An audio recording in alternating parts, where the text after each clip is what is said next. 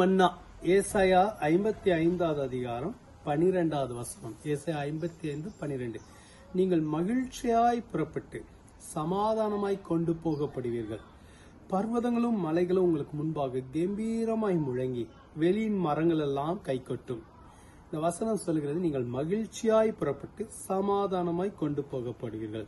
இந்த மகிழ்ச்சியும் சமாதானமும் நம்ம எல்லாருடைய வாழ்க்கைக்கு தேவையாக இருக்கிறது.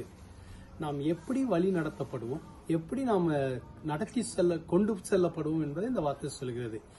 மகிழ்ச்சியாய் புறப்பட்டு செல்வீர்கள், சமாதானத்தோடு செல்வீர்கள். இந்த 2 ஆசீர்வாதத்தை கர்த்தர் உங்களுக்கு கொடுக்க விரும்புகிறார்.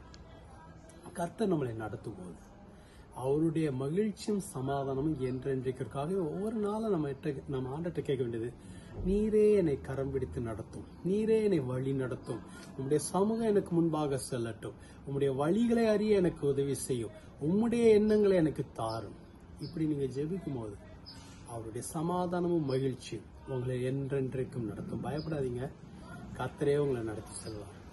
ஜெபிக்கலாமா? எங்களை அதிகமா நேசிக்கிற நல்ல ஆண்டவரே, மகிழ்ச்சியாய் கொண்டு போகப்படுவீர்கள், சமாதானத்தோடு செல்வீர்கள் இருக்கப்பா.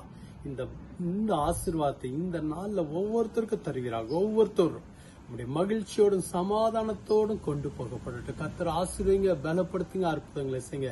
இயேசுவின் நாமத்தினாலே நன்மைகள் உண்டாவதாக. கர்த்தர் பெரிய காரியங்களை செய்ய போகிறதுக்காக ஸ்தோத்திரம். ஆசீர்வதியை வழிநடத்த இயேசு மூலம் ஜெபிக்கிறோம் பிதாவே. ஆமென். கர்த்தர் உங்களை ஆசீர்வதிப்பார். ஆமென்.